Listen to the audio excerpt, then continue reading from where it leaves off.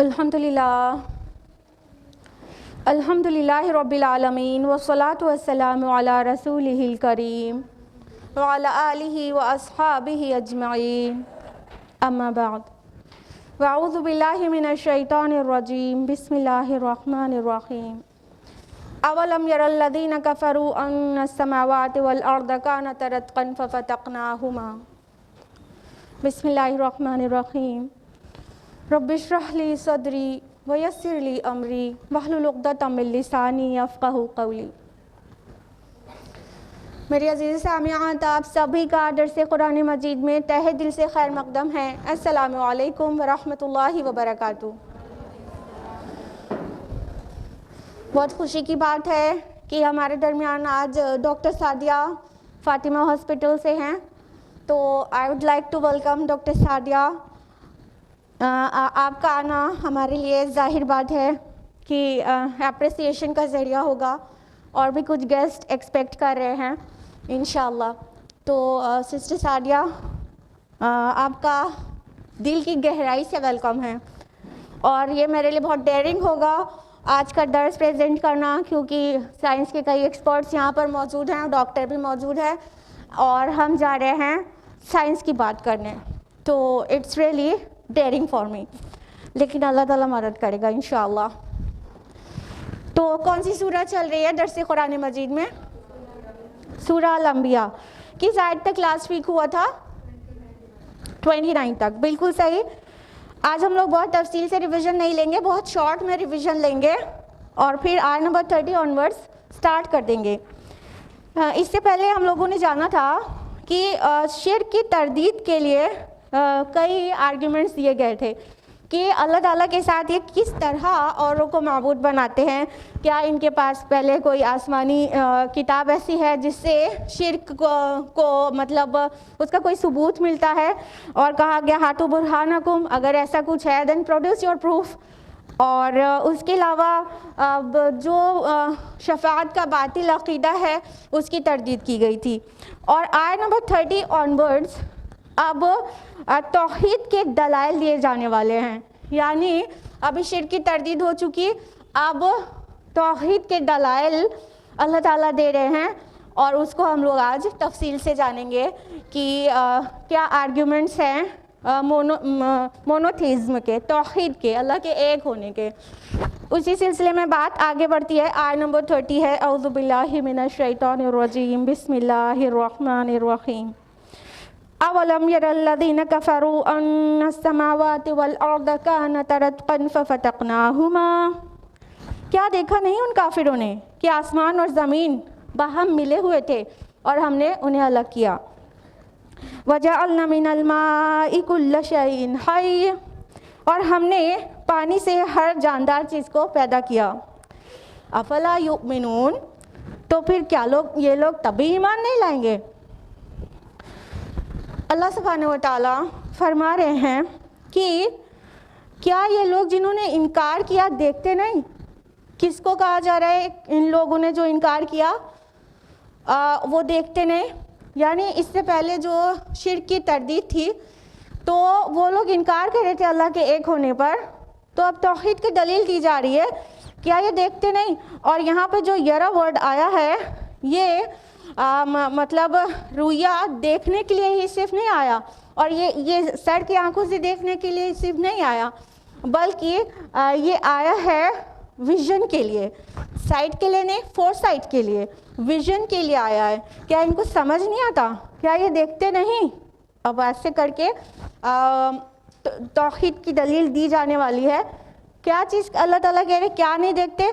अन्नस समावाति वल अर्द, कि ज़मीन और आसमान का नता थे दोनों रत्क़न जुड़े हुए, फ़फ़तक़नाहुमा, और हमने उन्हें अलग किया।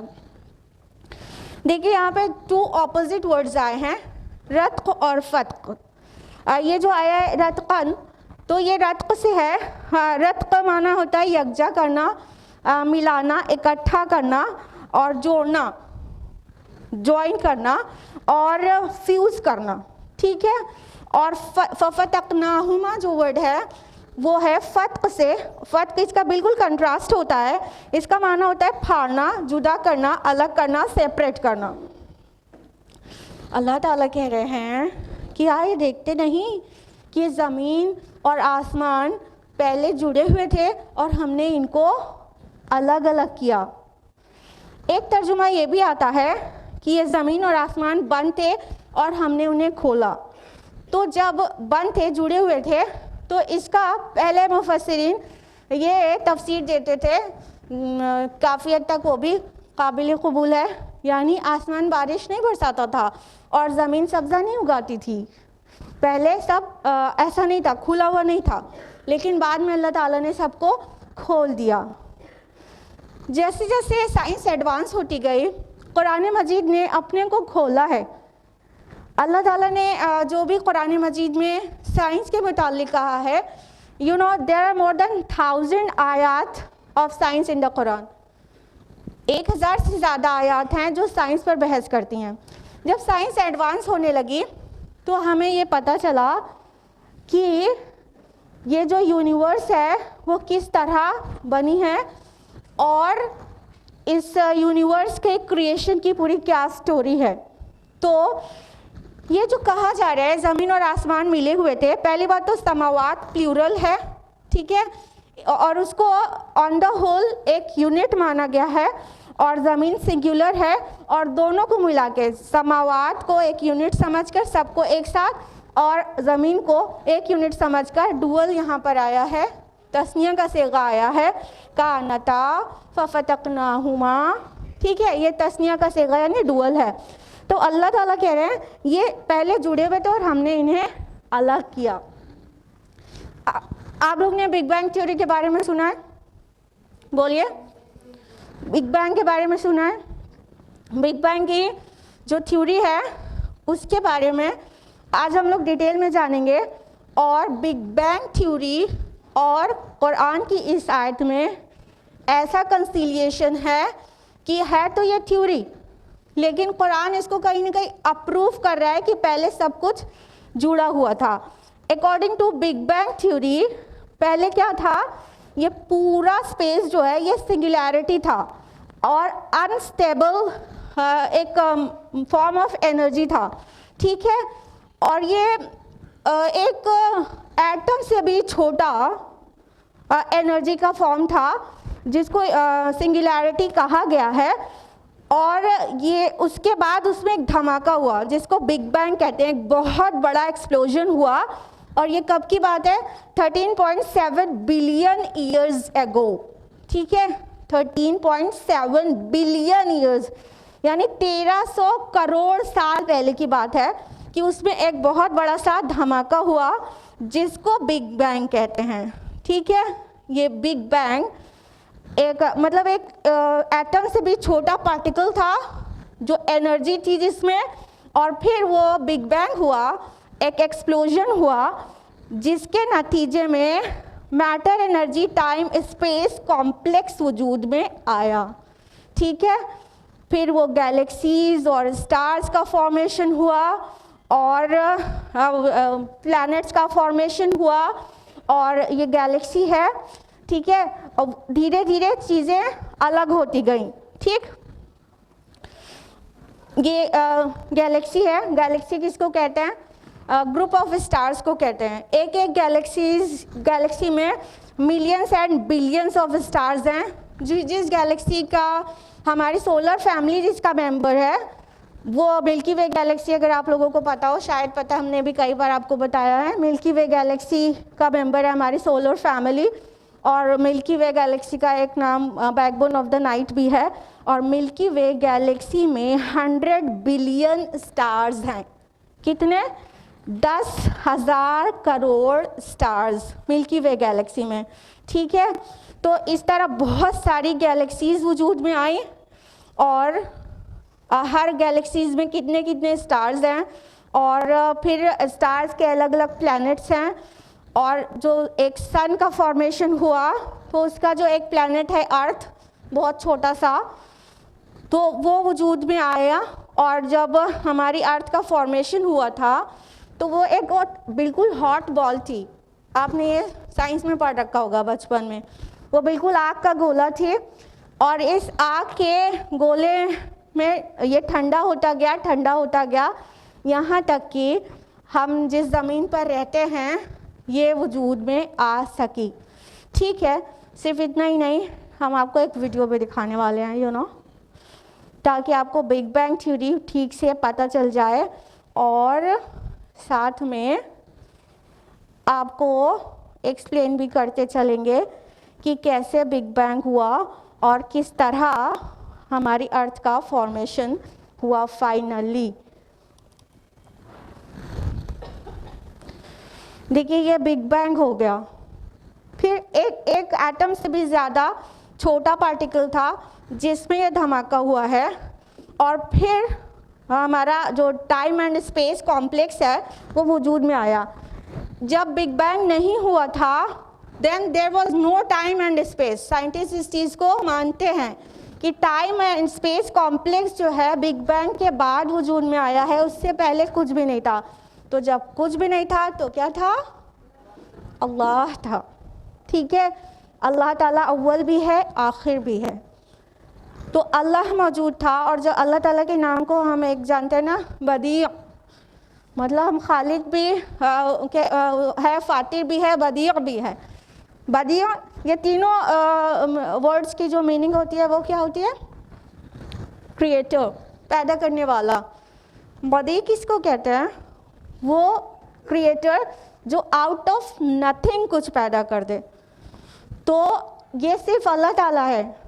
एटम कितना छोटा सा होता है, एटम से उसके अंदर इतनी एनर्जी होती है एटम में। एटम बम आप लोग जानते हैं कि कितनी एनर्जेटिक होता है। देखिए सन का फॉर्मेशन है जो आप देख रहे हैं, ठीक है, और ये छोटे बहुत सारे स्टार्स इसी तरह मतलब वजूद में आते चले गए हैं,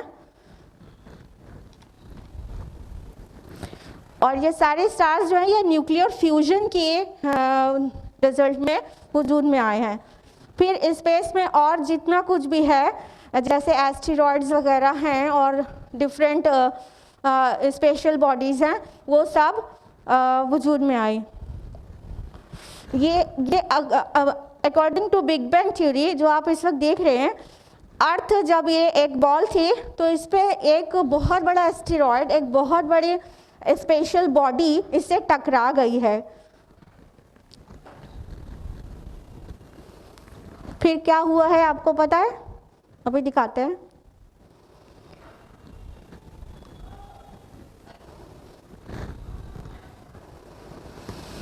सबसे पहले हाइड्रोजन एटम का फॉर्मेशन हुआ था।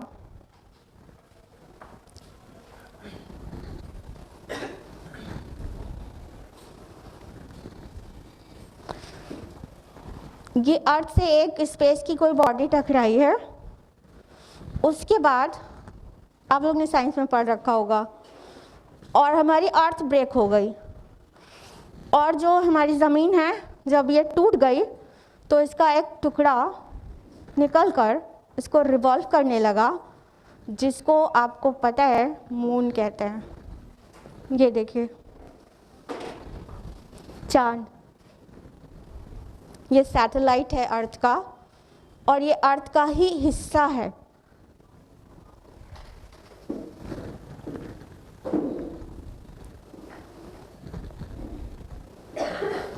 और यू नो ये बिग बैंग कितना टाइम लगा इसको होने में पता है? 1 माइक्रोसेकेंड। 1 माइक्रोसेकेंड का मतलब होता है 10⁻⁻⁶ सेकेंड, यानी 1 सेकेंड का 1 करोड़वां हिस्सा।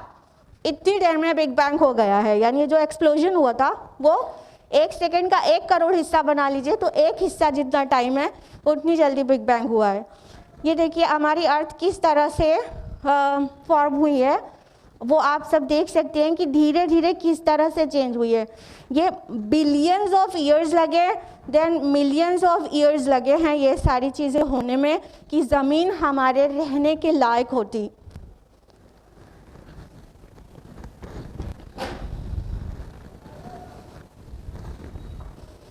सब टाइम भी आपको साथ में दिख रहा है कि और ये थ्योरी है, ऐसा माना जाता है तो एग्जैक्टली तो अल्लाह ताला ही जानते हैं, लेकिन कुरान हकीम ने इस थ्योरी के फेवर में बात कही है, तो डेफिनेटली ये सही ही है।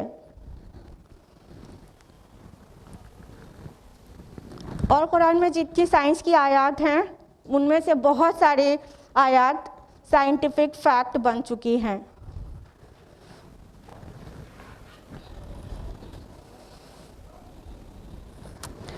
तो इस तरह से ये बिग बैंग थ्योरी में काफ़ी मुमासिलत है इस आयत से। अब इस आयत को फिर से सुनिए। अवलम यरल्लज़ीन कफ़रू अन्नस समावाति वल अर्द कानता रतक़न फ़फ़तक़नाहुमा। क्या ये काफ़िर लोग देखते नहीं कि ज़मीन और आसमान मिले हुए थे और हमने इन्हें अलग अलग किया। यानी अल्लाह ताला ने 1400 साल पहले इस कुरान हकीम में बता दिया, जब बिग बैंग और का नाम तो छोड़िए, साइंस वर्ड एग्जिस्ट नहीं करता था, तब अल्लाह ताला ने बता दिया कि ये ज़मीन और आसमान जुड़े हुए थे। भला खालिक ही ना जाने, ऐसे कैसे हो सकता है? उसके बाद अगर कुरान मजीद उठाकर साइंटिफिक रिसर्चेस किया जाए, इनफैक्ट करते हैं लोग, तो वो चीज़ें बस बहुत आसान हो जाती हैं। कुरान तो बेसिक दे ही देता है, अब करने की चीज़ जो रहती है वो सिर्फ तहकीक करना रहता है, रिसर्चेस स्टडीज़ करना रहता है। तो कुरान बता रहा है 1400 साल पहले जब साइंस और साइंटिस्ट एग्जिस्ट नहीं करते थे, एस्ट्रोनॉमर्स नाम का कोई इंसान नहीं होता था, तब कुरान मजीद में कह दिया गया कि ये पहले कोई होमोजेनस मास था, ये सब जुड़ा हुआ था, अल्लाह ताला ने इनको अलग किया है। आगे फरमाया अल्लाह ताला ने वजअलना मिनल माई कुल्ल शैइन हय्य, और हमने पानी से हर जानदार चीज़ को पैदा किया। यानी कुरान की आयत का ये फ़िक्रा उसी आयत में है, ठीक है। ये फ़िक्रा बता रहा है जितने भी लिविंग क्रिएचर्स हैं वो सब के सब पानी पैदा किए गए हैं। ये बात 1400 साल पहले कही गई। आज साइंस इस बात को बिल्कुल अप्रूव करती है कि जितने भी लिविंग बींग्स हैं उनकी जो स्मॉलेस्ट यूनिट है, बॉडी की स्मॉलेस्ट यूनिट क्या है भाई बताइए? सेल है। सेल में जो अक्सर हिस्सा होता है 3/4 पार्ट वो प्रोटोप्लाज्म होता है, ठीक है। चाहे वो सेल किसी यूनिसेल्युलर एनिमल हो, चाहे वो मल्टी सेल्युलर हो, चाहे प्लांट हो, चाहे एनिमल, उसका जो मेजर पार्ट है वो प्रोटोप्लाज्म है। ये साइटोप्लाज्म है, ये सेल है, ठीक है, ये साइटोप्लाज्म है, और ये न्यूक्लियस है, और न्यूक्लियस के अंदर जो है वो न्यूक्लियोप्लाज्म है, और both the terms together called protoplasm, ठीक है। तो ये जो मेजर पार्ट है वो प्रोटोप्लाज्म है, यानी पानी है। वो मतलब नो लेस देन 3/4 पार्ट उसका साइटोप्लाज्म और प्रोटोप्लाज्म पूरा ऑक्यूपाई करता है एक सेल में। देखिए 3D स्ट्रक्चर है सेल का। तो ये जो सेल ऑर्गेनल्स आपको दिख रहे हैं, लेकिन ये इसकी बुनियाद क्या है? जो बीच में है जो पूरा पानी है, ठीक है। ये न्यूक्लियस में भी ये न्यूक्लियोप्लाज्म है, वो भी वाटर है। तो वो कोई भी सेल हो, तो वो चाहे वो अमीबा हो, आप जानते हैं अमीबा यूनिसेल्युलर होता है, और there are many organisms which are unicellular. तो अमीबा भी यूनिसेल्युलर होता है। तो चाहे वो अमीबा हो, उसमें भी उसका जो मेजर पार्ट है वो साइटोप्लाज्म है, और चाहे वो होमो सैपियंस हो, ह्यूमन सेल हो, उसका भी अक्सर हिस्सा साइटोप्लाज्म है। चाहे वो प्लांट सेल हो या एनिमल सेल हो, बैक्टीरियल सेल हो या कोई भी सेल हो, उसका जो मेजर पोर्शन है वो पानी है। यही वजह है कि हम पानी के बगैर ज़िंदा नहीं रह सकते। देखिए ये प्लांट सेल है, और ये प्लांट सेल, एनिमल सेल, कोई भी सेल हो, वो सब में साइटोप्लाज्म ही मेजर पार्ट है। तो यही रीज़न है कि हम पानी के बगैर सर्वाइव नहीं कर सकते, क्योंकि हमारी बॉडी का ना सिर्फ कुकम्बर और वाटरमेलन की बॉडी का अक्सर हिस्सा पानी है, हमारी बॉडी का भी अक्सर हिस्सा पानी है। तो हम पानी के बगैर सर्वाइव नहीं कर सकते। और ये बात कुरान हकीम ने इतने पहले वाज़े कर दी है कि every living creature has been made by water, पानी से बनाया अल्लाह ताला ने। अब आप खुदा न खास्ते ये सोच रहे हो कि इंसान के लिए आता, आदम अलैहिस्सलाम के लिए, कि हमने उनको मिट्टी से बनाया, और आज कहा जा रहा है पानी से बनाया। इनफैक्ट सूरह नूर सूरह नंबर 24 आयत नंबर 45 में भी कहा गया कि हमने हर एक जानदार को पानी से पैदा किया। तो इज़ इट नॉट कॉन्ट्रडिक्शन कि एक जगह कहा गया पानी से बनाया, एक जगह कहा गया आदम को मिट्टी से बनाया? ये क्या है? ये कॉन्ट्रडिक्शन नहीं है। देखिए, जो आदम अलैहिस्सलाम की तख्लीक के लिए जो अल्फाज आते हैं वो तुराब आता है, मिट्टी, ठीक है, मिट्टी से बनाया, और तीन आता है, तीन उस गारे को कहते हैं जो पानी मिला के सान दिया गया हो, ठीक है। तो मिट्टी उसका मेन कॉन्स्टिट्यूएंट है, लेकिन उसमें डाला गया है पानी, ठीक है। तो वो तीन बना, तीन लाजिम में तब्दील हुआ, फिर हमारी मसनून में तब्दील हुआ, फिर सलसालिम में हमारी मसनून में तब्दील हुआ, फिर सलसालिन कल फ़खार कहा गया उसमें तब्दील हुआ, ठीक है। मिट्टी गारा, सड़ा हुआ गारा, बदबू करने वाला लसलसा गारा जिसमें बदबू पड़ गई हो, और फिर वो सूख गया तो ठेकरा, फिर वो बिल्कुल जैसे क्रैक होने वाला ठेकरा। ये सारे अल्फाज आए हैं।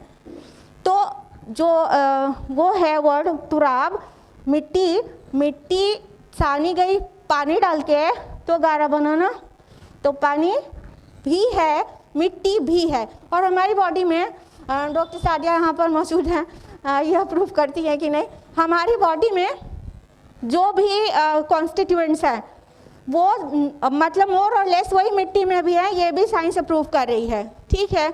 यानी हमारी बॉडी मैग्नीशियम, कैल्शियम, पोटेशियम, जिन एलिमेंट्स हमारी बॉडी में है वही एलिमेंट्स सॉइल में भी है। तो ये दोनों चीज़ अप्रूव होती है कि हम मिट्टी से भी बने हैं और पानी से भी।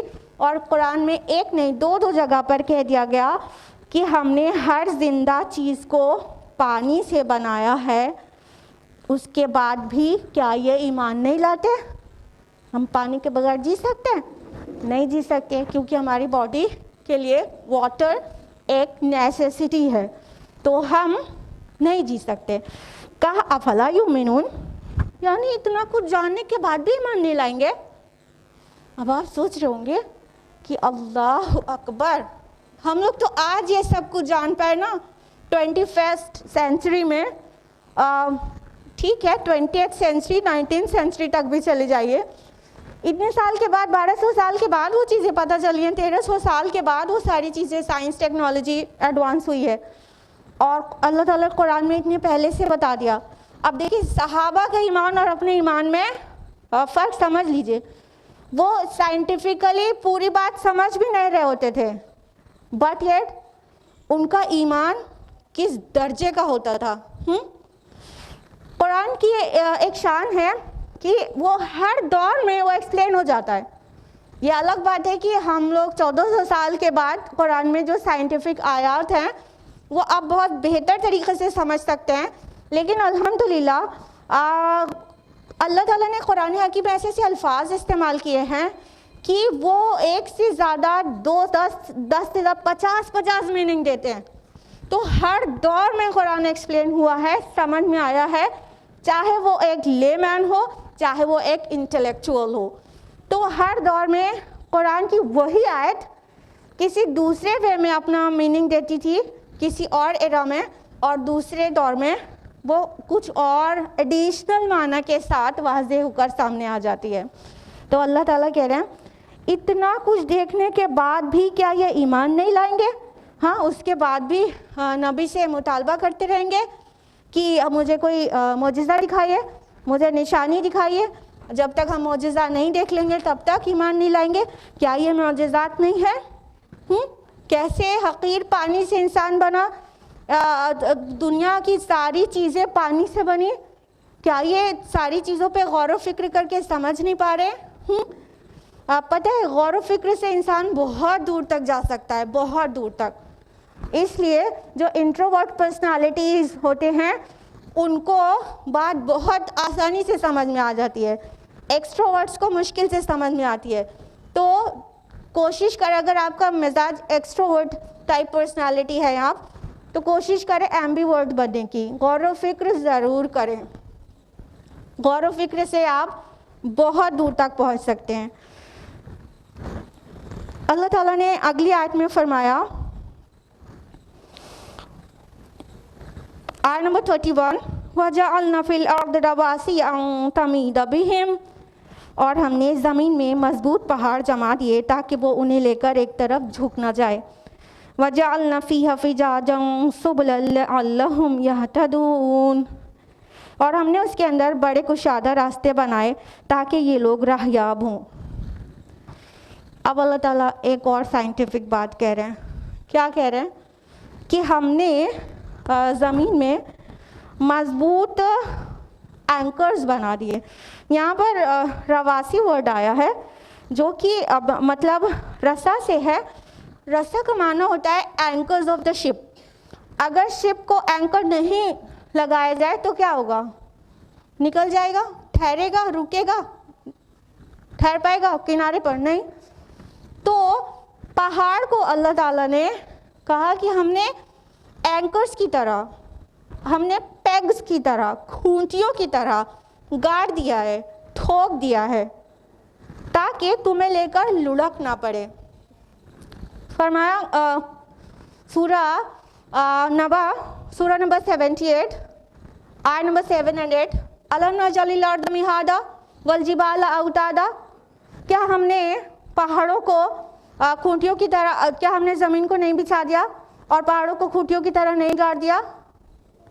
तो अल्लाह ताला कह रहे पहाड़ों को खूंटियों की तरह गाड़ा है, और यहाँ पे कहा कि पहाड़ों को इस तरह ठोका है, गाड़ा है कि तुमको लेके वो डिसबैलेंस ना होने लगे। ये क्यों कहा गया? अगर जियोलॉजी का आप मुताला करें तो आपको पता चलेगा ये जो पहाड़ हैं, ये जो माउंटेन्स हैं, इनका फॉर्मेशन कैसे हुआ है। जैसे अभी आप लोगों ने बिग बैंग थ्योरी में देखा कि अर्थ का फॉर्मेशन कैसे हुआ है, तो अर्थ का फॉर्मेशन होने के बाद भी उसमें बहुत सारे चेंजेस हुए हैं। तो फिर अर्थ की जो टॉप लेयर होती है, कौन उस लेयर को क्या कहते हैं, किसी को पता है? नहीं, अर्थ की टॉप लेयर की बात कर रहे हैं, एटमॉस्फेयर की नहीं, अर्थ की। Exactly, earth crust. तो ये जो क्रस्ट है ना, ये बहुत थिन है और प्लेट्स में टूटी हुई है। और टूटी कैसे है? ये आप देख रहे हैं, ये फोल्डिंग फिनोमेना के ज़रिए पहाड़ों का फॉर्मेशन हुआ है। ये मतलब अर्थ की जो ऊपरी लेयर है ये इस तरह से फोल्डिंग हुई है इसकी, जैसे आपको दिख रहा है अपने मॉनिटर पर, देखिए ये फोल्डिंग हुई है अर्थ ऊपर की लेयर की। तो ये लेयर अंदर बाहर फोल्डिंग फिनोमेना के ज़रिए पहाड़ों का फॉर्मेशन हुआ है। तो फोल्डिंग के ज़रिए जो अर्थ क्रस्ट है वो प्लेट्स में टूट गई। ठीक है, ये आप देख रहे हैं, ये क्रस्ट है। ठीक है, ये क्रस्ट जो है वो टेक्टोनिक प्लेट्स में टूट गई। तो टेक्टोनिक प्लेट्स जो हैं वो इतनी थिन है कोर के मुकाबले कि कोर ऑफ द अर्थ उसका वो जो विड्थ है वो बहुत ज़्यादा है, और जो अर्थ क्रस्ट है वो बहुत थिन है, और वो भी प्लेट्स में टूटी हुई है। तो अगर, और आपको पता है कि अर्थ का जो कोर है वो क्या है? हॉट फ्लूइड है ना, वो सॉलिड नहीं है। पता है ना, जब वो लावा निकलता है उससे, वोल्केनो से लावा निकलता है तो सॉलिड रहता है क्या? फ्लूइड रहता है ना, बहुत हॉट, इतना हॉट रहता है कि पत्थर के ऊपर से गुजरता है तो वो भी बर्न हो जाता है ना। तो अर्थ का जो कोर है वो फ्लूइड है, और ऊपर की जो लेयर्स हैं और स्पेशली अर्थ क्रस्ट वो टुकड़ों में टूटी हुई है। तो टुकड़ों में जहाँ जहाँ अर्थ क्रस्ट टूटी हुई है वहाँ वहाँ माउंटेन रेंजेस हैं। अगर अर्थ क्रस्ट इसी तरह प्लेट्स में टूटी रहे और माउंटेन को इस तरह अल्लाह ताला ने खूंटी की तरह नहीं गाड़ दिया होता तो जानते हैं क्या होता? जब हम ज़मीन पे चलते तो ज़मीन लुढ़कती, क्योंकि अंदर फ्लूइड है और ऊपर थिन लेयर है, और वो भी प्लेट्स में टूटी हुई। तो ये जो प्लेट है, टेक्टोनिक प्लेट्स, ये जो है अर्थ क्रस्ट जो है इसके ऊपर ऐसे तैरती रहती, अंदर फ्लूइड और ऊपर कोई पतली सी लेयर हो तो अंदर के फ्लूइड में तैरने लगेगी ना। हाँ, तो अंदर के फ्लूइड पर बाहर की जो अर्थ क्रस्ट है वो तैर रही है एक्चुअली। और जहाँ जहाँ पर वो प्लेट्स में टूटी हुई है वहाँ वहाँ माउंटेन रेंजेस हैं, और उस तरह से वो अर्थ क्रस्ट को स्टेबल करते हैं। जितना आप ऊपर देख रहे हैं ना माउंटेन को, इससे ज़्यादा गहरी उनकी रूट्स होती हैं। ये देखिए, ये इतना माउंटेन ऊपर दिख रहा है और इतनी रूट नीचे है, ठीक। तो रूट उसकी इतनी डीप होने की वजह से ये अर्थ क्रस्ट को स्टेबिलिटी प्रोवाइड करती है। यानी पहाड़ एक ऐसे एंकर्स हैं जो प्लेट को स्टेबल रखते हैं, अर्थ क्रस्ट को स्टेबल रखते हैं, और हम ज़मीन पर चलते हैं तो ज़मीन हिलती नहीं है, ठीक है। ये देखिए, मान लीजिए ये टेक्टोनिक प्लेट है, ये टूटी हुई है और यहाँ माउंटेन रेंजेस हैं। तो ये दो टूटी हुई चीज़ के बीच में एक ऐसे अगर खूंटी गाड़ दिया जाए, औतादा वडाय अवल जिबाल औतादा, और हमने पहाड़ों को खूंटियों की तरह गाड़ दिया। और हम जानते हैं ना, जो पैग्स होती हैं टेंट लगाने के लिए जो खूंटी गाड़ी जाती है, उसका कम हिस्सा ऊपर दिखता है और ज़्यादा हिस्सा अंदर होता है। तो माउंटेन की बहुत डीप रूट्स होती हैं। देखिए, ये टेक्टोनिक प्लेट है, यहाँ पूरी माउंटेन रेंज है। तो उससे क्या हो रहा है कि हमारी ज़मीन जो है वो स्टेबल है। जब हम चल रहे हैं तो ये अर्थ क्रस्ट ऐसे शेक नहीं कर रही है। अगर माउंटेन्स ना हो तो ये अर्थ क्रस्ट शेक करे, जैसे जैसे हम चले वैसे वैसे लुढ़के, और हम कभी भी नहीं चल पाए, कभी भी नहीं चल पाए। तो अल्लाह ताला ने ये माउंटेन्स को बनाया ताकि हम ज़मीन में स्टेबल तरह से चल पाए। अब ये मॉडर्न जियोलॉजी बता पाई है कि माउंटेन की रूट्स हैं गहरी, जितना ऊपर दिखता है उससे ज़्यादा अंदर होता है, और टेक्टोनिक प्लेट्स में टूटी हुई है अर्थ क्रस्ट और उस पर तैर रही है, और माउंटेन रेंजेस की वजह से वो स्टेबल हो जाती है। ये तो मॉडर्न जियोलॉजी हमको बता रही है। कुरान में कितना वाज़े लिखा हुआ है। अब फिर से सुनिए इस फिक्रे को, इस आयत को, वजअलना फिल अर्द रवासिया अन तमीदा बिहिम, और हमने ज़मीन में पहाड़ों को गाड़ दिया ताकि वो तुम्हें लेकर लुढ़क ना पड़े। अभी क्लियर हुआ है कि अगर माउंटेन नहीं होता तो हम कैसे लुढ़क जाते। अल्लाह ताला ने कितनी साइंटिफिक बात, जो 1300 साल बाद पता चलने वाली थी इंसानों को, कुरान मजीद में पहले से मेंशन कर दिया है। सुभान अल्लाह। और आगे फरमाया कि हमने उसके अंदर बड़े कुशादा रास्ते बनाए ताकि तुम लोग राहयाब हो। यानी माउंटेन्स के बीच में वैली होती है। हाँ, आपने देखा है जहाँ पूरा हिल एरिया होता है, तो अगर बीच में दो या दो से ज़्यादा पहाड़ों के बीच में रास्ते ना हो, वैलीज ना हो, तो पूरा ब्लॉक नहीं हो जाए एक हिस्सा ज़मीन का दूसरे हिस्से से। अभी साइंस इतनी एडवांस हो चुकी है कि हम प्लेन पर सफ़र करते हैं, लेकिन अभी भी सब लोग प्लेन पर सफ़र नहीं करते। कुछ लोग अफोर्ड नहीं कर सकते और कुछ डर के मारे नहीं करते। क्यों? हाँ, डर लगता है। तो अभी भी प्लेन हम अभी एयर से जा सकते हैं एक जगह से दूसरी जगह, लेकिन क्या सब लोग अफोर्ड कर पाते? नहीं कर पाते। उससे पहले तो ज़मीनी सफ़र था ना, समुद्री सफ़र भी कम था, सबसे ज़्यादा ज़मीनी सफ़र इंसान ने किया है और आज भी करता है। अगर माउंटेन रेंजेस की वजह से पूरा मतलब बीच में कोई गैप ना रहे, वैलीज ना रहे, तो पूरा ब्लॉक हो जाने वाला है ना। एक हिस्सा दूसरे हिस्से से बिल्कुल ब्लॉक हो जाए। यानी जहाँ हिमालय है तो इधर के हिमालय के इधर के लोग उधर की साइड पे जा ही ना पाए, इल्ला ये कि बहुत लंबा चक्कर लगा के जाएं। अल्लाह ताला ने माउंटेन रेंजेस बनाई, लेकिन फरमाया कि हमने उनके अंदर बड़े कुशादा रास्ते बना दिए। माउंटेन्स के बीच में वैलीज होती हैं और आसानी से इंसान एक जगह से दूसरी जगह का सफ़र कर सकता है। इंसान चाहे जितने पहले का हो, लेकिन उसने सफ़र किया है, वो अपनी जगह से दूसरी जगह गया है और उसमें बहुत सारे फ़ायदे होते हैं, बहुत तरह के। आपको सफ़र का फ़ायदा किसको नहीं पता होगा। और यहाँ तक कि ये भी होता है कि एक जगह ज़मीन में बहुत सारी पैदावार होती रहे तो वो जो है फर्टाइल नहीं बचती फिर वो वाली सॉइल, तो या तो फिर ये करे इंसान कि भूखा मर जाए वहीं रहे, या एक और ऑप्शन है कि मूव करे दूसरी जगह और दूसरी ज़मीन में पैदावार करे और खाए और ज़िंदा रहे। तो इस पर्पज़ के लिए भी इंसान मूव करता है और लॉट्स ऑफ पर्पजेज़ होते हैं सफ़र करने के। तो सफ़र करके इंसान तभी जा सकता है जब उसे चलने लायक रास्ता मिले, या तो एटलीस्ट ऐसा हो जिसको चलने लायक बना लिया जाए। क्लियर? तो अल्लाह ताला ने माउंटेन्स के बीच में वैलीज़ रखी हैं, बड़े कुशादा रास्ते रखे हैं ताकि इंसान को राह मिल सके। ये दोहरा माना दे रहा है ये फ़िक्रा। बात सिर्फ माउंटेन्स के दरमियान जो वैलीज़ हैं उसमें चलने वाले रास्ते की बात नहीं हो रही है, सिर्फ ये भी हो रही है। एक और माना दे रहा है ये फ़िक्रा, वो क्या कि अगर इंसान इन चीज़ों पे गौर करे तो रास्ता पा जाए, वो हिदायत पा जाए, वो सिरात मुस्तकीम पहचान जाए, उसे हिदायत मिल जाए। ठीक है? तो कहा कि बड़े कुशादा रास्ते बनाए, लअल्लहुम यहतदून, यही वर्ड आया है जो हिदायत के लिए आता है। तुम रास्ता पाओ ताकि तुम हिदायत पाओ। तो प्लीज़ अपने टाइट शेड्यूल से कुछ वक्त को फारिग कीजिए और गौर व फिक्र करिए, गौर व फिक्र करिए।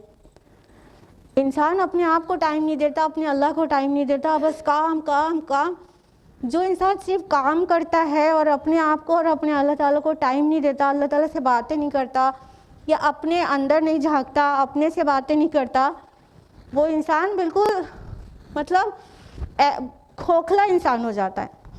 इंसान के अंदर गहराई तब आती है जब वो कुछ देर खिलकत में गौर व फिक्र करता है, अल्लाह ताला की क्रिएशन में गौर व फिक्र करता है, तब जाके वो इंसान गहरा इंसान होता है, सुपरफिशियल नहीं रहता फिर। और उसके बाद उसको हिदायत भी नसीब होती है, वो अल्लाह ताला को बेहतर पहचान जाता है, अल्लाह ताला की मारिफत उसे हासिल हो जाती है। तो अपने बिज़ी शेड्यूल में से थोड़ा टाइम गौर व फिक्र में भी लगाएं। और हाँ प्लीज़, जब सफ़र करें तो म्यूज़िक कान में लगा के सुनने के बजाय वो जो माउंटेन्स देख रहे हैं, वैलीज़ देख रहे हैं और ग्रीनरी देख रहे हैं, उसको देखते रहें, ना ही किताब पढ़ें क्योंकि उससे आँखों को नुकसान भी होता है। ना किताब पढ़ें, ना मोबाइल को अपना पूरा वक्त दे दें, बल्कि क्रिएशन ऑफ अल्लाह को देखते जाएं और अल्लाह की हम्दो तस्बीह करते जाएं और अल्लाह ताला की मारिफत हासिल करने की कोशिश करें। तो अब जब भी सफ़र में जाएं तो अल्लाह ताला के क्रिएशन को देखकर ध्यान दें और बहुत सारी दुआएं करें। आयत नंबर 32 है, वजअलना समाअ सक़फ़न महफ़ूज़ा वहुम अन आयातिहा मुअरिदून।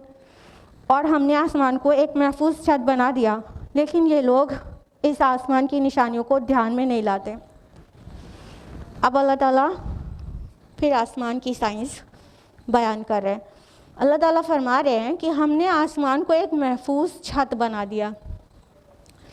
आपको पता है कि अगर आपके घर में छत ना हो तो आप चैन से सो पाएंगे, लेकिन आपको क्या होता है कि कभी कभी वो छत गिर भी जाती है।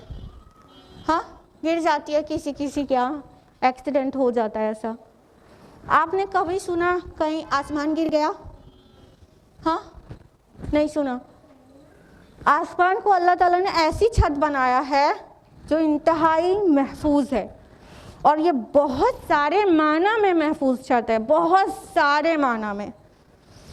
एक तो ये कि आपने साइंस में ईवीएस में पढ़ रखा होगा कि हमारे अर्थ के ऊपर एटमॉस्फेयर में बहुत सारी प्रोटेक्टिंग लेयर्स हैं।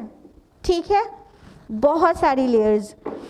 उनमें से एक लेयर ओजोन लेयर भी है ना, आप जानते हैं। ओजोन लेयर का काम क्या है? जो हार्मफुल यूवी रेज हैं उनको अर्थ पर पहुंचने से रोकती हैं। तो बहुत सारी लेयर्स हैं, उसमें से हम तो सिर्फ आपको वो नॉन लेयर बता रहे हैं जो आप लोग ओजोन लेयर के बारे में सुनते रहते हैं, पढ़ते रहते हैं, और साइंटिस्ट के टेंशन के बारे में पढ़ते रहते हैं कि एक होल हो गया है।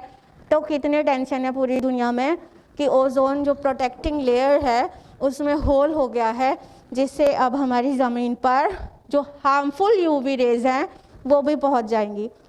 तो अल्लाह ताला ने ये जो हमारे सर के ऊपर आसमान है उसमें काफ़ी कई दर्जे में प्रोटेक्शन बनाया है, और उनमें से एक प्रोटेक्टिंग लेयर ओजोन लेयर भी है, जिसको हम जानते हैं और कंसर्न रहते हैं कि ओजोन लेयर का जो होल है वो और बढ़ने ना पाए, और किसी तरह यूवी रेज, ऐसी हार्मफुल यूवी रेज भी हैं जिससे हम लोग की लाइफ ही पॉसिबल ना रहे। तो उन लेयर्स को, उन रेस को ओजोन लेयर रोक लेती है। तो अल्लाह ताला ने क्या कहा, हमने प्रोटेक्टेड छत बनाया, महफूज करने वाली छत।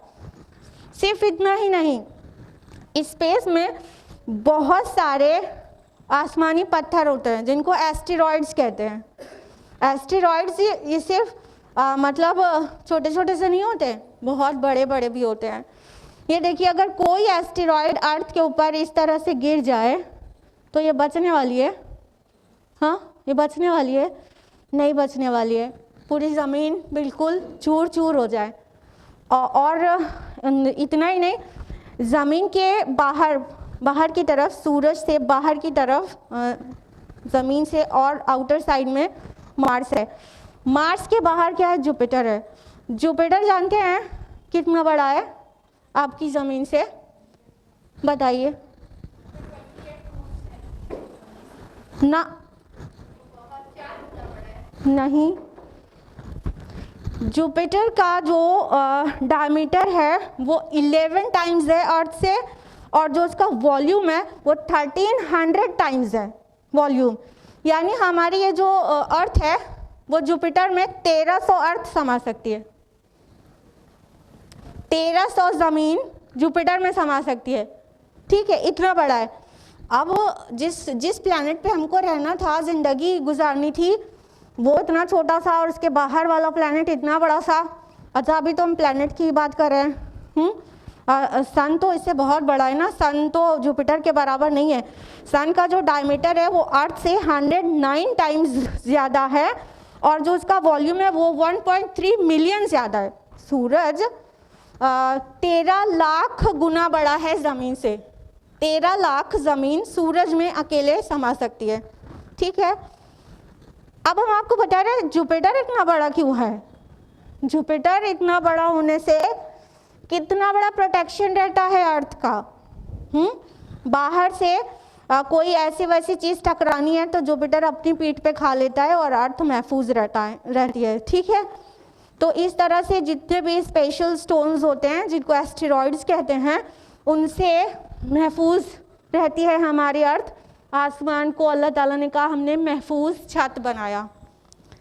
एक माना में और हिफाजत होती है हमें आसमान से, और वो क्या है, जब कोई शैतान आसमान पे कुछ सुनगुन लेने के लिए जाना चाहता है, क्योंकि वो आग से बने हैं, ज़्यादा टेम्परेचर वो बियर कर सकते हैं, तो बहुत ऊपर तक चले जाते हैं, तो उनके ऊपर तारों से मारा जाता है, और वो कोई ऐसी हरकत नहीं कर सकते आसमान में जो डिस्ट्रक्टिव हो।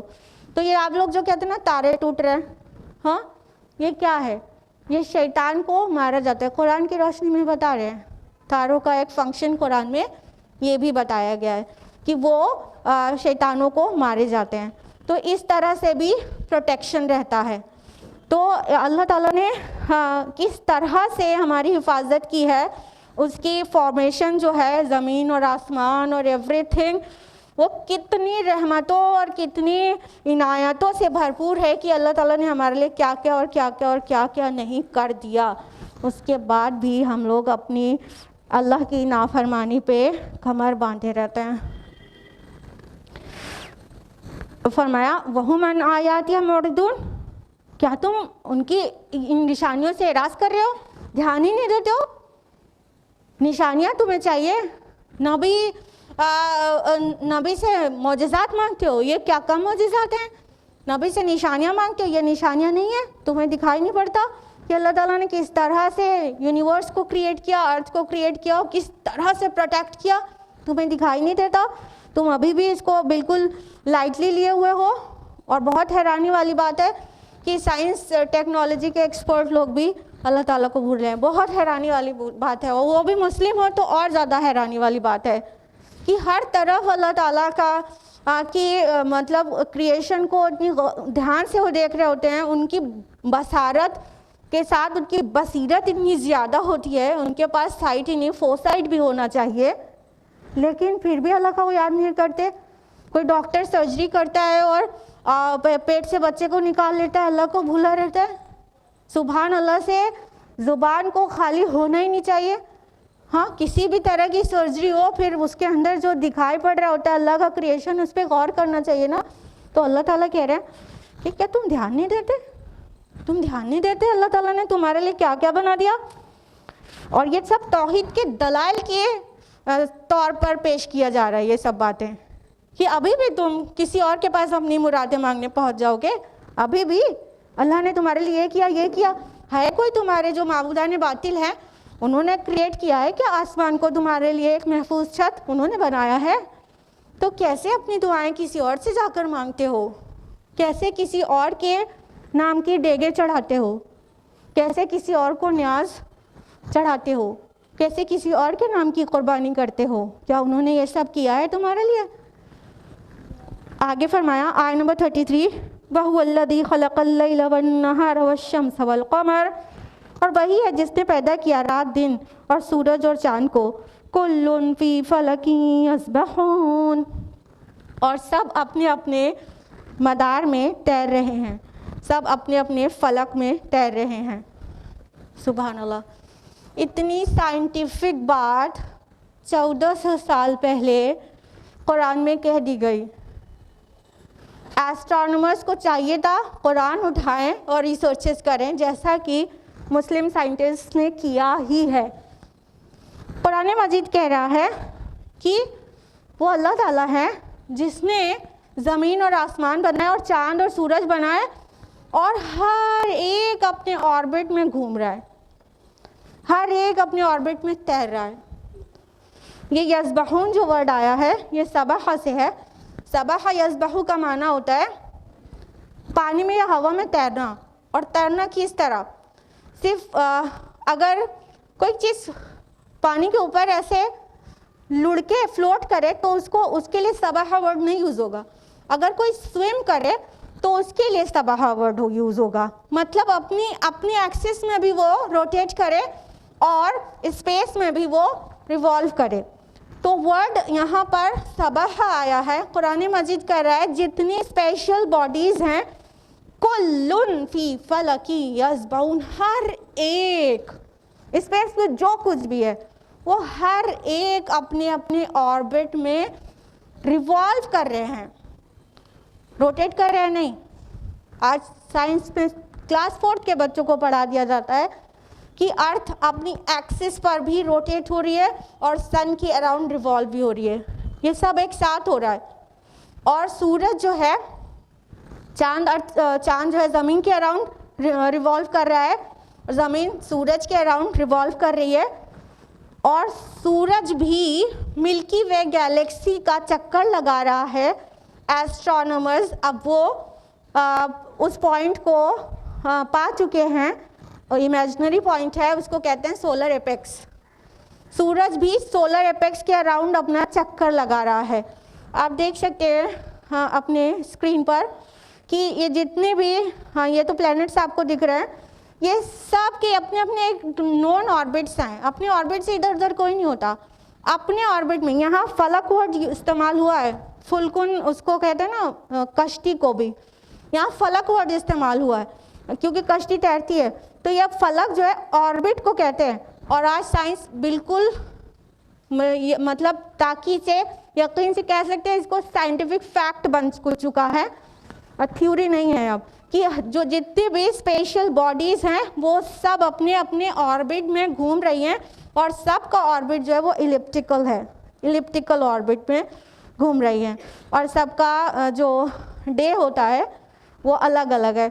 यानी अर्थ हमारी अपने रोटेशन उसका 24 आवर्स में पूरा हो जाता है, तो अर्थ का डे 24 आवर्स का होता है। बाकी सबका रोटेशन का अलग टाइम है और रिवोल्यूशन का अलग टाइम है। तो जितने में स्पेस में सेलेस्टियल बॉडीज़ हैं सब मूव कर रही हैं। यहाँ तक कि पूरी गैलेक्सी भी मूव कर रही है, मतलब रिवॉल्व कर रही है, सारी गैलेक्सीज भी रिवॉल्व कर रही हैं। तो अल्लाह ताला तो कुरान मजीद में बहुत पहले कह कुल्लुन फी फलकिन यस्बहून, सब अपने अपने ऑर्बिट में तैर रहे हैं। ये बात इंसान को तसव्वुर करना मुश्किल थी एट दैट टाइम, अभी से 1400-1450 साल पहले, कि अच्छा सूरज तो दिखता है, इधर से उधर जाता है तो सूरज चल रहा है, अच्छा चांद निकलता है बंद होता है, लेकिन कोई स्टैंड तो नहीं ले पा रहे थे। कभी कह रहे थे, कभी साइंस कह रही थी कि ये सूरज जो है ज़मीन के इर्द गिर्द चक्कर लगा रहा है, क्योंकि वो मशरिक से निकलता मगरिब में डूब जाता है।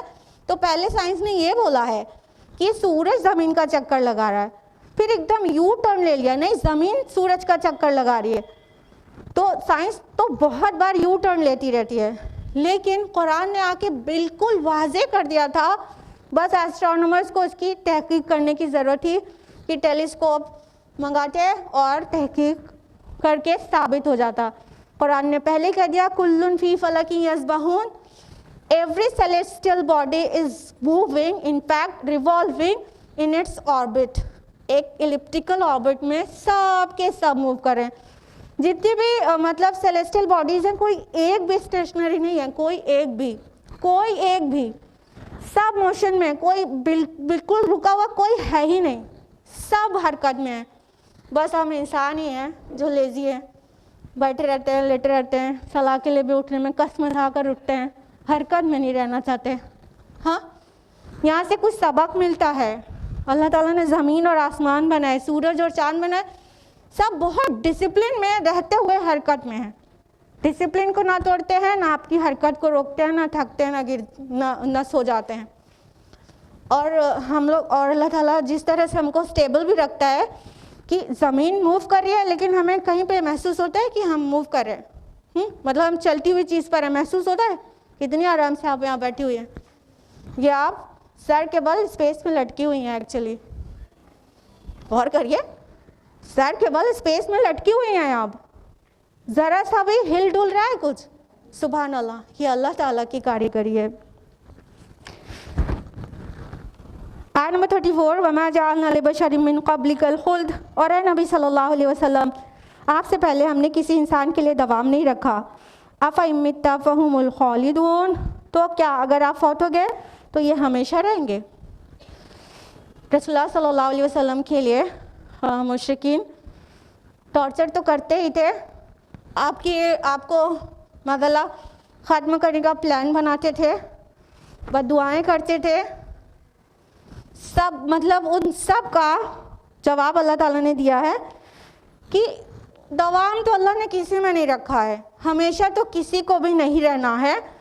तो अगर आप फौत हो गए तो क्या ये हमेशा रहेंगे, हमेशा ज़िंदा रहेंगे? ये ऐसा चिपकता हुआ जवाब है उन सारे परसिक्यूशन का और उन सारे प्लान्स का जो नबी सल्लल्लाहु अलैहि वसल्लम को ख़त्म करने के लिए वो कर रहे थे कि तुम जैसा हमारे नबी के साथ सलूक किए हुए हो, तो ये जान लो कि हाँ, जीने के लिए हमेशगी वाली ज़िंदगी जीने के लिए तो कोई नहीं आया। वो तो उसी दिन सबको बता दिया गया था जब आदम अलैहिस्सलाम को क्रिएट किया गया था। तो आलम अरवाह में सारे आदम से लेके क़यामत तक आने वालों को बता दिया गया था। सूरह बकरा सूरह नंबर 2 आयत नंबर 36 में है कि तुमको दुनिया में बहुत कम देर के लिए ठहरना होगा। ये तो क्रिएशन प्लान में से एक प्लान ही था अल्लाह ताला का कि दुनिया में तुम रहोगे बहुत लिटिल टाइम के लिए। तो हाँ, हमारा नबी भी फौत होगा, लेकिन तुम क्या हमेशा रह जाओगे? जो तुम हमारे नबी को परेशान कर रहे हो, तो तुम क्या हमेशा रह जाओगे? आगे फरमाया कुल्लु नफ्सिन ज़ाइक़तुल मौत, हर जानदार को मौत का मज़ा चखना है। वनब्लुकुम बिश्शर्रि वल खैरि फितना, और हम आजमाते रहते हैं तुम लोगों को खैर और शर के ज़रिए से। व इलैना तुरजऊन, और तुम सब लोग हमारी ही तरफ लौटा दिए जाओगे। अब ये बात कुरान मजीद में कई मकामात पर है कि तुम्हें से हर एक को मौत का मज़ा चखना है। हाँ, बहुत जगह पर है कुरान मजीद में कि सभी को मौत आएगी। हाँ, नबी भी बशर हैं, उनको भी आएगी, लेकिन तुम ये ना समझना तुमको हमेशगी मिल जाएगी। और दुनिया में जो कुछ भी है वो सब तुम्हारी आजमाइश के लिए है। तुम नबी के रास्ते में कांटे बिछा रहे हो और तुम ऐश कर रहे हो, तो ये ना समझ लेना कि तुम जीत गए और हमारा नबी हार गया, बल्कि दुनिया में जो कुछ भी होता है वो सब आजमाइश के लिए होता है। देखिए, ध्यान दीजिए, यहाँ पे बहुत वाज़ेह कहा गया है, वनब्लुकुम बिश्शर्रि वल खैरि फितना, हम तुमको आजमाते हैं खैर से भी शर से भी। यानी सिर्फ परेशानी ही आजमाइश नहीं होती है, बल्कि खैर भी, भलाई भी, खुशियाँ भी, सेलिब्रेशन जिस वक्त हम करते हैं वो खुशियाँ भी, जो चीज़ हम पसंद करते हैं वो चीज़ आती है तो वो भी आजमाने के लिए आती है। सिर्फ सैडनेस नहीं आती है आजमाइश के लिए, बल्कि जब हमें कोई खुशी मिलती है वो भी अल्लाह ताला आजमाने के लिए देते हैं। यूजुअली हमारा मतलब सोच हमारी क्या होती है कि हम सोचते हैं कि ये जो मतलब मुसीबत आ गई तो बड़ी आजमाइश में पड़ गए भाई, अब मत पूछिए, बहुत आजमाइश का दौर चल रहा है। अरे मुसीबत वाली जो आजमाइश है वो छोटी है, और जो खुशी में जो आजमाइश है वो बड़ी है। क्यों? ये मेरा अपना ओपिनियन है। क्यों हम ऐसा इसलिए सोचते हैं क्योंकि जब मुसीबत में इंसान होता है तो कुछ भी हो अल्लाह की तरफ पलटता है, मेजॉरिटी पलटती है अल्लाह की तरफ, दुआएं करती है, कुछ तो अल्लाह ताला से उसका ताल्लुक उस्तवार होता है।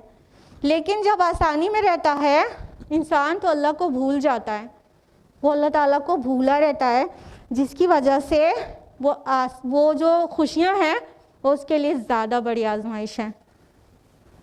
आफियत में और खुशियों में एकदम बड़ी आजमाइश है, क्योंकि जब हमें खुशखबरी मिलती है तो फिर म्यूज़िक है, फिर नाचना है, फिर गाना है, फिर ढोलक है, फिर बैंड बाजा है, और डीजे है, और हल्दी है, और जानते हैं ना खुशियों के टाइम पे हम क्या करते हैं। तो अल्लाह ताला कह रहे हैं कि तुम्हारे लिए खैर और शर दोनों आजमाइश है। खैर मिलने पर फिरौन ना बन जाना, और शर मिलने पर ज़मीन पे नाक ना रगड़ने लगना। दोनों चीज़ को आजमाइश ही समझना। एक मोमिन को यह कॉन्सेप्ट बहुत क्लियर होता है, इसलिए खुशी के टाइम वो तब भी अल्लाह की तरफ पलटता है, सजदा शुक्र करता है, और म्यूज़िक और शैम्पेन और ये नहीं उड़ाई जाती। और तकलीफ़ के टाइम, गम के टाइम, मुसीबत के टाइम सब्र करता है। तो मोमिन सब्र और शुक्र करता है, और काफिर जो होता है वो खुशी के वक्त अकड़ जाता है और अल्लाह की नाफरमानी से उसे सेलिब्रेट करता है और फिरौन बन जाता है, और मुश्किल के टाइम कहता है मेरे रब ने तो मेरी इहानत कर दी, मेरे रब ने तो हमें बर्बाद कर दिया। तो ये दोनों एक्सट्रीम्स पर नहीं जाना है, दोनों ही चीज़ें आजमाइश हैं, हर वक्त याद रखना है, और अल्टीमेट रिटर्न जो है वो अल्लाह ही की तरफ है। फरमाया वइलैना तुरजाऊन, और तुम सबको हमारी ही तरफ पलटना है। यानी जब ये आजमाइश पूरी हो जाएगी तो ultimately you will have to return towards Allah सुब्हानहू व तआला। That's why sometimes we say turn to Allah before you return to Allah. आज के लिए इतना ही। आय नंबर 35 तक हम लोगों ने मुकम्मल कर लिया है। अल्लाह ताला से दुआ है कि वो हम सभी को कुरान मजीद का बेहतर फ़हम नसीब करे, और हम सब को तौफ़ीक़ दे कि हम कुरान मजीद पर मुकम्मल अमल करने वालियाँ और उसके पैगाम को दूसरों तक पहुँचाने वालियाँ बन जाएँ। आमीन। वाखिर दावाना अनिल हम्दुलिल्लाहि रब्बिल आलमीन। वस्सलामु अलैकुम व रहमतुल्लाहि व बरकातुहू।